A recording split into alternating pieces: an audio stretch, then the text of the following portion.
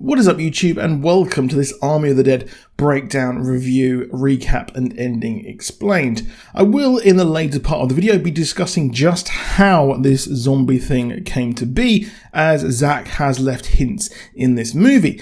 I've waited for this movie ever since Zack remade Dawn of the Dead in 2004, and always hoped that he would actually continue on in the zombie space, but we know he went on to even better things.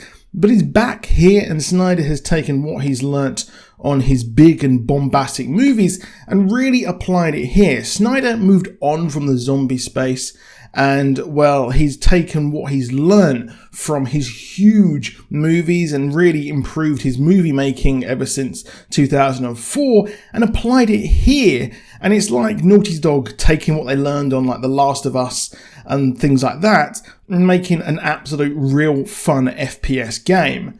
Looking at the trailers, it really was hard to see how this movie is connected to Dawn of the Dead, but it does appear to be its own franchise with an anime prequel, and Netflix are doubling down on this franchise with that prequel and subsequent sequels which have been completely planned out. I will go into what's next and what started all of this at the later part of the video. So what is it about? Well, we open with some soldiers driving from Area 51 with cargo that they have no clue what it is and have to speculate. Considering it's Area 51, it could well be extraterrestrial of nature. They crash into typical newlyweds celebrating their marriage, and out comes the zombie. The soldiers call in the cargo has absolutely gone crazy as the fast zombie or original breaks out and kills the surviving soldiers. I did expect the army to launch an airstrike on the thing, but they're just told to run. Now this and the others are the alpha zombies, and the one who broke out was the original. They think they have base thoughts and can control other zombies, and if infected by an original, you become one of these smart ones that would later make their base at the Olympus Casino, led by the original Zeus. These zombies then cause an outbreak in the City of Sin, and thus begins one of my favourite intros of all time. While the Dawn of the Dead intro blew my mind and the later Richard Cheese themed mall montage was stunning, they're combined here as Mr. Cheese has a cover of Viva Las Vegas as we see the city fall. And I will admit I did prefer his cover of Down with the Sickness by Disturbed. However, the weirdest thing is we essentially see the entire prologue of our mercenaries, their entire story in just an intro. This might just beat the Watchmen intro for me, as we see the survivors have a really cool like family photo thing around the dead, and we see Batista's Scott Ward with other mercenaries trying to escape. We even have a dang subplot in the montage where we see one of his colleagues there to save their daughter, which they do, but they later both die in the escape. And they extract who we find out later was a Secretary of Defense, as containers are dropped to form a border around Las Vegas, and outside the border is a quarantine camp where, in what seems to be a coronavirus conspiracy theory dream, the poor and such are treated badly, and the guards and government use the potential risk of infection and, yes, those temperature guns, which you're probably sick of by now, to subjugate them and make it so that the Constitution doesn't apply in these zones here because of the risk of infection. The guards abuse the women there, and you can even bribe them to get out if you have enough money, and the people do this by sneaking into Vegas, cracking a slot machine with the help of the Coyote. However, we fast forward as our story takes place near where the government think the crisis is almost over, as they plan to drop a nuke on the city to wipe out all the zombies in a few days. And we even see Sean Spicer, the former press secretary to Trump, and it becomes clear this president in this movie is a thinly veiled Trump substitute due to his simplistic opinions on dropping a nuke on the 4th of July being very cool and, pretty patriotic. Now, the mercenaries in the intro are displaced, and despite saving the Secretary of Defense, Ward is stuck flipping burgers and has a fractured relationship with his daughter after he had to kill his wife when she turned. Now, his daughter's working as a volunteer in a camp to help people, and is concerned at Geeta, a woman there with kids who decides to go into Vegas to get enough money to leave these camps. I do wish the story was all about the early days with the mercenaries at the height of their missions, But the fact the nuke is going to fall in a few days does add some tension to a story which I think would have been better served if we had that prologue, but we are getting a prequel there as well. And it did remind me of Resident Evil 3. Now, he is offered to take a job by Tanaka, a hotel owner who has received his insurance payout for the coffers in his casino, but he wants a double dip to get Ward to retrieve the money that is actually there and is untraceable. But, well, the mercenary crew need to go in there and crack a safe as a homage to Vegas's classic Ocean's 11.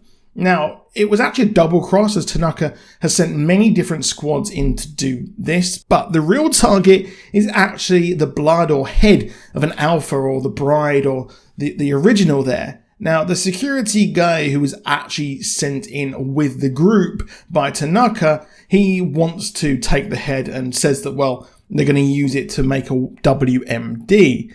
Now, you may recognize him from Fear the Walking Dead and actually double crosses Coyote, who helped him. He took the head of the bride, who, well, it's a bit of a problem there, and she even had a zombie baby inside her, which enrages the original, leading him to attack the mercenaries. This shows that these originals are far, far different to the zombies. While fast, well, they can actually control things, and, well, zombie babies could show how they could breed beyond biting, which is absolutely terrifying. However, Ward assembles his crew, and for me, the highlight was the safecracker and the pilot. Now, the pilot was played by Tig Notaro, who replaced Chris D'Elia after accusations against him, but I'm not going to go into that just now. It was funny how he offers each member of the crew a different cut, and they assemble at the quarantine zone to use the Coyote to get them in. Now, with Geeta missing, Ward's daughter does demand to go in, and, well, they even get Bert, the security guard, being tricked to come in so he can be bait for the alphas. I loved how they get in and they literally have a zombie tiger there left over from Siegfried and Roy, and that tiger was actually based on a Tiger King tiger. Yeah, just absolutely insane. But Bert is offered to go in, and, well, he is offered as an offering to the alphas who have intelligence and social cues. We see the original, we see Zeus, who is the leader, and his bride go and take him. They take the people to the Olympus to be turned into fellow kind of alpha zombies, and it's hinted that Coyote has done this before, and maybe this could have been what she did to Geeta and others as she was left alive later in the Olympus. They try to reach the Bly but find hibernating zombies, and the security guy, who is incredibly untrustworthy, shows his first turn here as he tries to trap one of the women, but she's blown up by a friend, and, well, to stop her being turned, as the team splits off when the power is turned on, as with going to the safe, the chopper, and other places. However, Ward's daughter runs off to try and save Geeta, and Coyote and Tanaka's plant security man head off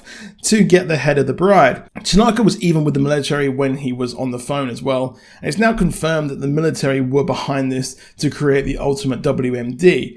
However, eventually the team do get into the safe, except the original is here. Zeus has arrived as he breaks in as Ward heads off to find his daughter so they can leave. Now, he has a tender moment with his former flame and co-mercenary leader, and it didn't really hit, I think, as they were planning, because, yes, we had conversations in the movie, but we didn't see their life before he was flipping burgers, so I wasn't really that fussed when she died. It was just a shocking moment that really came out of nowhere when she was turned or killed, or her neck turned, that is. These alphas don't kill for the basis of instincts such as food, they kill out of revenge, seemingly, as well. But his daughter rushes to find the prisoners as one is killed, and, well, she finally gets her revenge on Bert by killing him.